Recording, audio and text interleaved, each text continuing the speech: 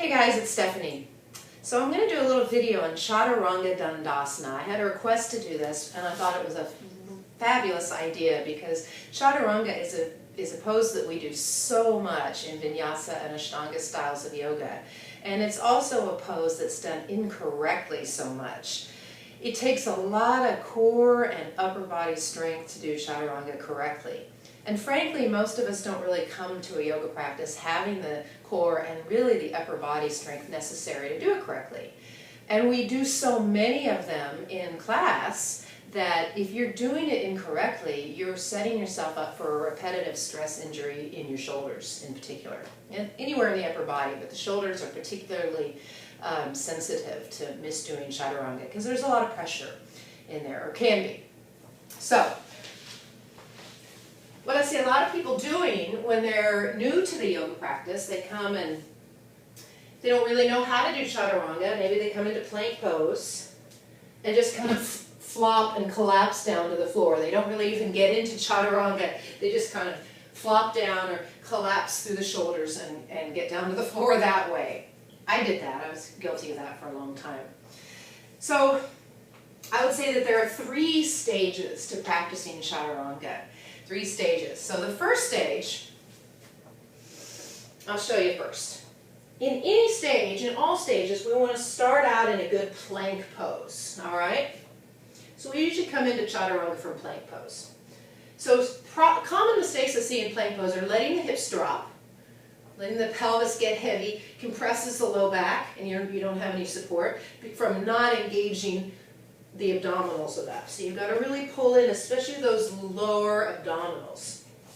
All right? So that's one problem I see in plank. Another one is letting the shoulders collapse, letting the shoulder blades come together in the back. Often the head goes with it. So I'm just kind of hanging out in my shoulder joints. So instead, shoulders over wrists, fingers wide, fingers spread wide. Got to have the hands engaged to get the shoulders to engage properly. So really press your hands down and press the floor away, and that will help get the shoulders ready for Chaturanga. All right? So really using the whole body in plank. Press down, pull in the belly, lift the knees. All right? So you've got a nice, stable plank to begin. That's a necessary condition for Chaturanga. So stage 1. Put the knees down and lower maybe an inch and come up. Don't come all the way down to the floor. Don't flop down.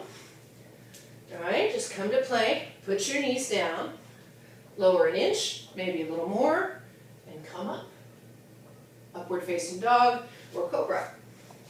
We do want to keep the elbows hugging in, whatever variation of Chaturanga you're doing. It's not like a push-up. Normally with the elbows wide, we're hugging the elbows in, not cranking them, but squeezing them in a little bit. And keep pressing the floor away with your hands the whole time. Helps keep the shoulders engaged. All right, so that's stage 1. Knees down, little lower, and coming up. All right? That will help you build the strength that you need to go on to the next stage. Stage 2. In stage 2, again, we'll start in plank pose.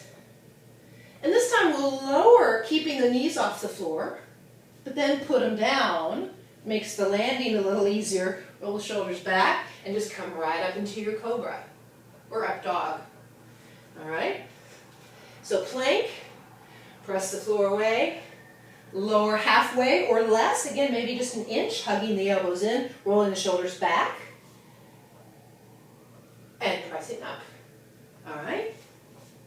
So I said rolling the shoulders back. Sometimes I see people, actually a lot of times I see people letting their shoulders dip forward. They think that getting the shoulders lower is better. I think it's like going to make you stronger to get your shoulders really low. What you're really doing is just straining that joint. All those tendons and things in that joint are getting strained when you let your shoulders dip.